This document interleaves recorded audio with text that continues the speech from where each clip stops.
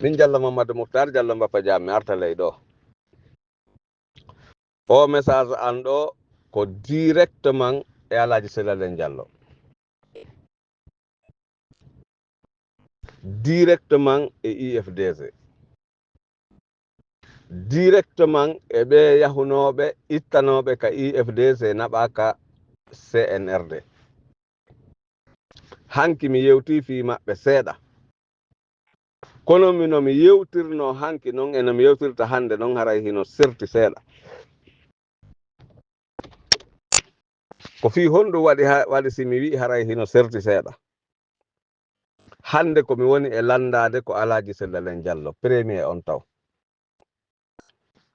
Alhaji Selalel Diallo futur président de la République de Guinée futur avenir de la République de Guinée futur Salvador de la République de Guinée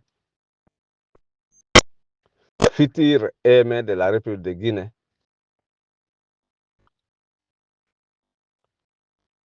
photocopie Yasin Diallo aljannaji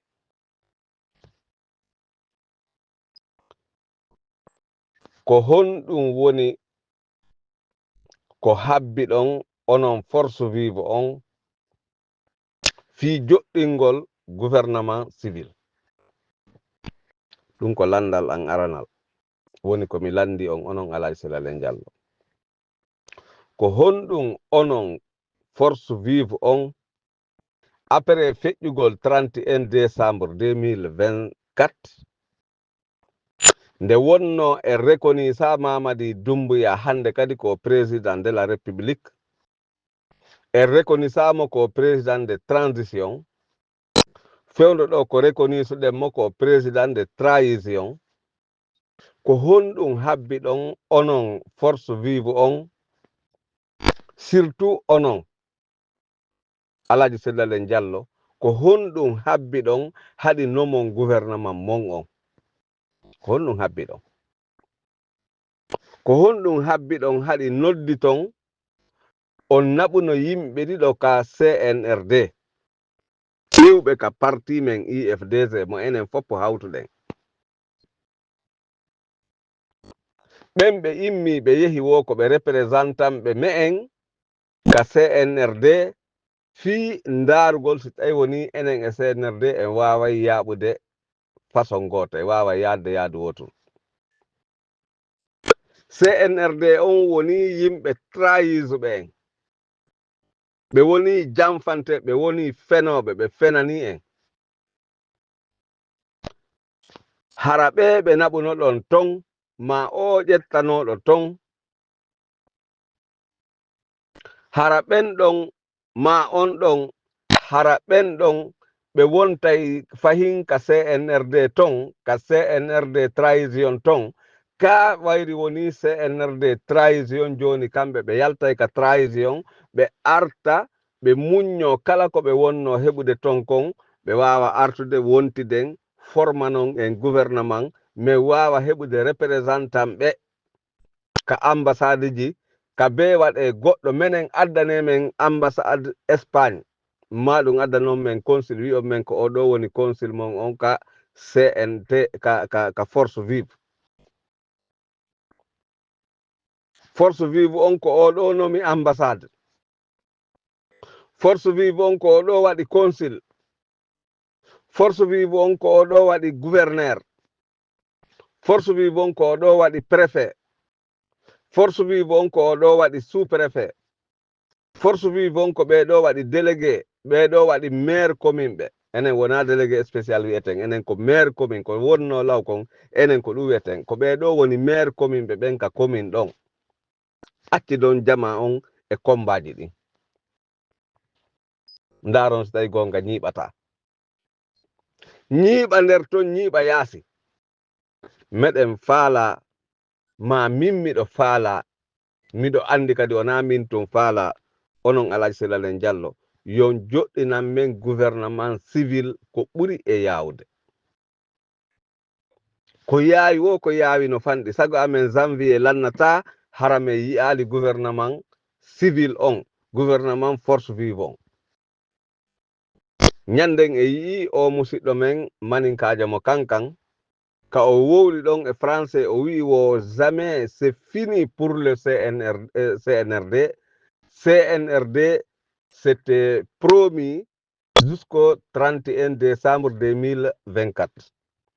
À partir du 31 décembre 2024, personne ne va pas le reconnaître. Et ceux qui sont en train de faire semblant que force vive, il n'y a pas entente entre eux, lui, il était clairement, il avait dit clairement, CNRD, c'est pour toute la Guinée-Conakry. C'est toutes les Guinéens et Guinéennes qui sont unis sur la force vive. Politiciens, civils, syndicats, élèves, tous les Guinéens, ils sont unis dedans. Mais pour lui donner la raison, pourquoi vous ne nommez pas le premier, le gouvernement le gouvernement de transition civile? Nous, on veut entendre le gouvernement de transition civile. On veut savoir qui est le gouvernement, qui est le président de transition civile. On veut savoir qui est le premier ministre du gouvernement civil. On veut savoir qui est le gouverneur de notre région, 4 régions naturelles. On veut le savoir. Monsieur Seldalen Diallo, on ne peut pas croiser le bras en disant qu'on ne reconnaît pas Mamadi Doumbouya et les gens qui étaient partis pour travailler avec Mamadi Doumbouya, les gens qui étaient dans toutes les parties, aujourd'hui c'est 7 partis qui sont représentés force vive et ils vont rester là-bas avec Mamadi Doumbouya. Ils vont nous dire qu'on est ensemble. Si on fait le réunion, on est ensemble. Si on parle quelque chose, on est ensemble. Mais dans le cœur, on n'est pas ensemble. On ne peut pas le faire. Meɗen faala yo laɓɓinan men ɗon ko laaɓi pos ɓe ƴettanoɓe naɓa ton no gollude hari e CNRD fii yo ɓuttu heɓu yo ɓurtu heɓo hara Mamadi Doumbouya wawali jamfitade ɓen ɗon hiɓe nder ton meɗen landi on ɓen ko ene wonani ton ka ko hoore maɓɓe ɓe wonani ton jabawol angol ɓen si tawi woni ɓe démissionnali ton gilandema le 1er janvier 2025 aray ko hoore maɓɓe ɓe wonani ton si tawi no woni ɓe yaltino ton ɓe arti ka partiji men hara onon on haala naali men haray ɗon hani men humpitude wota men wowluɓe komin faala wowlude ɓe kon par ce que min wowlali ɓe taw hay hunde meɗen faala yon humpitu men ɗum si feƴƴi ɗon toujours onon Alaji Seldalen Diallo hewre komin landi on kon meɗen faala yiwgol hoorejo momin jokkata on ka force vive par ce que minen min reconnaissa hande kadi Mamadi Doumbouya e clammo o Mamadi Doumbouya minen fi amen laamu makko ngol lanni le 31 décembre 2024 gila le 1er janvier min konta Mamadi Doumbouya comme un président de la république komin kontimo ko un président de trahison mo jooɗi noon ka jullere laamu kono minen min kontamo ko lanɗo meɗen faala yo laɓɓinan men ɗon cer ko woni ɗon kon si iwi ɗon toujours onon Alaji Seldalen Diallo futur président de la république meɗen faala andugol tigi ko honɗum woni ko onon force vive on wiwɗon jama on ko honno wallitorto sukaɓen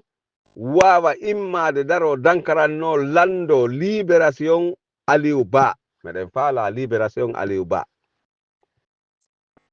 onon force vive on fop mon ko honɗum yewtuɗon fi Aliou Ba ka Aliou Ba jogete ɗiɗo duuɓi ɗi ɓe wi'imo ɗo onon hara onon wi'eteɓe ko force vive ɓen on immota ko daro ɗon dankaran ɗo wullito ɗon wana dogirno ɗon noon fewndo kudita on waɗa 2021 yamirɗon men yomin deƴƴu yomin iwtiri ɓaawo mon min iwtiri ɓaawo mon doguɗon ha kudita on laati resisi Mamadi Doumbouya en heɓi no jooɗori on accay Aliou Ba nange joge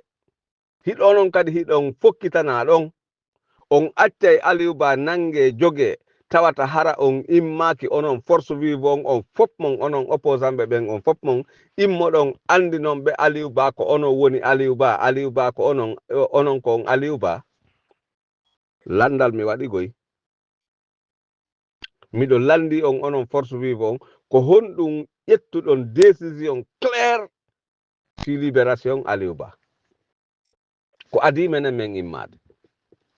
sabanima menen si min immike fi libérugol Aliou Ba libéray o liberté si goɗɗum waɗi Aliou Ba lagine men wattay ɗum ruyna min ruynay lagine ɗum hoolo ɗon ɗum min fittay lagine min ittay ko wiyete lagine kon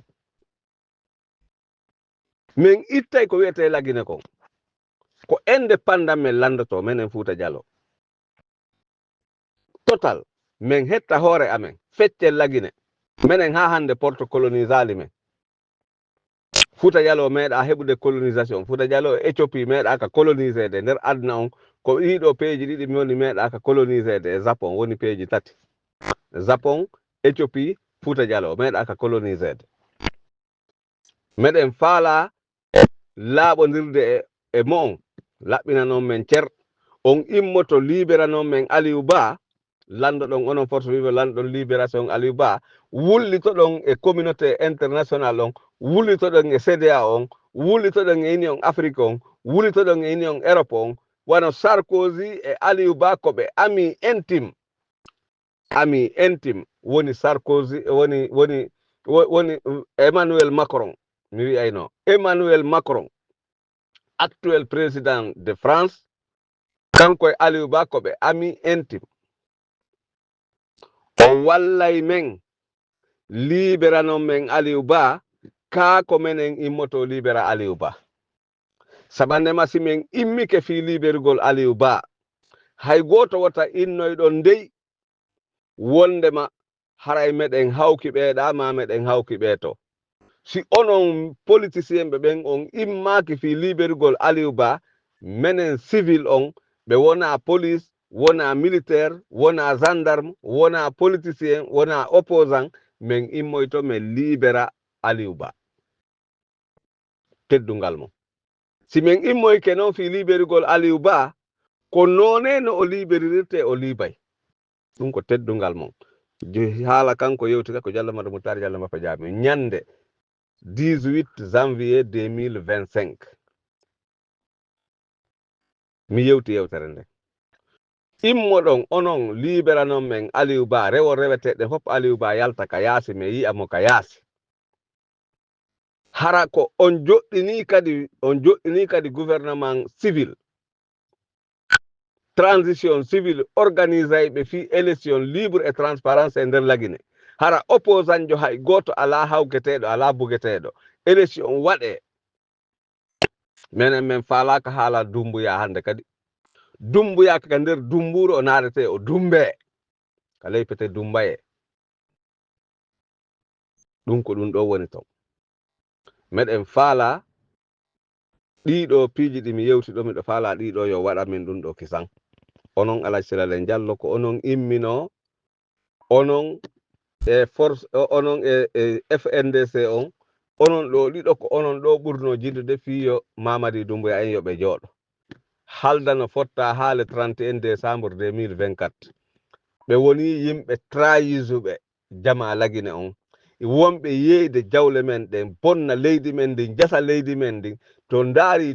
tunnelji raayje ko waɗa e ɗi buruuji no naɓa leydi e nder ndiyam me en ka jordiji ka laaɗe loowa ton leydi men ndin ndi naɓe ka hay goto e men anda bandiji ɗin ɗi gayni wonde riisuɗi woko intellectuel ɓe no ittano Europe itta Amérique itta Afrique itta partout ƴetta e nder lagine hawtodira waɗa gouvernement CNRD ɓe fof maɓɓe wona trahison ɓe hawtodira waɗa hooreɓe ka représentant parlement men on CNT ɓe hendo ɗum ɗo fof mum ɓe jiiɓita woko intellectuel ɓe wonno par ce que intellectuel ko neɗɗo waɗawo intelligence o wawa wuurude hoore intelligence yagal makko ngal so woopi ɗum ɗon hande kadi wona intellectuel haray meɗen faala ballal Alaji Seydou Diallo ɓurgal yawde hollon men ko honɗum woni ko men hani jokkude ko honɗum men jokkata meɗen faala libération Aliou Ba immédiate e wondude e gouvernement civil on nomane men gouvernement keso mo civil on woni hay si tawi woni wona e gouvernement ji ɗiɗi e nder lagine Conakry yo wonu gouvernement clan trahison e gouvernement pur original gouvernement de force vive pour tous les Guinéens et Guinéennes ko ɗum ɗo men landi ɗum mi faala yo waɗu kisan hara noon ɗum ɗo tardali libération Aliou Ba on e joɗɗinalngol men président transition civil jeyaɗo ka force vive ko ɓuri e yawde haray noon ko onon Alaji Seydou Diallo mi fawi nde ɗo yewtere mi arta ley ɗo mi waɗa lefol kammol 18 janvier 2025 Diallo Mbappa Diame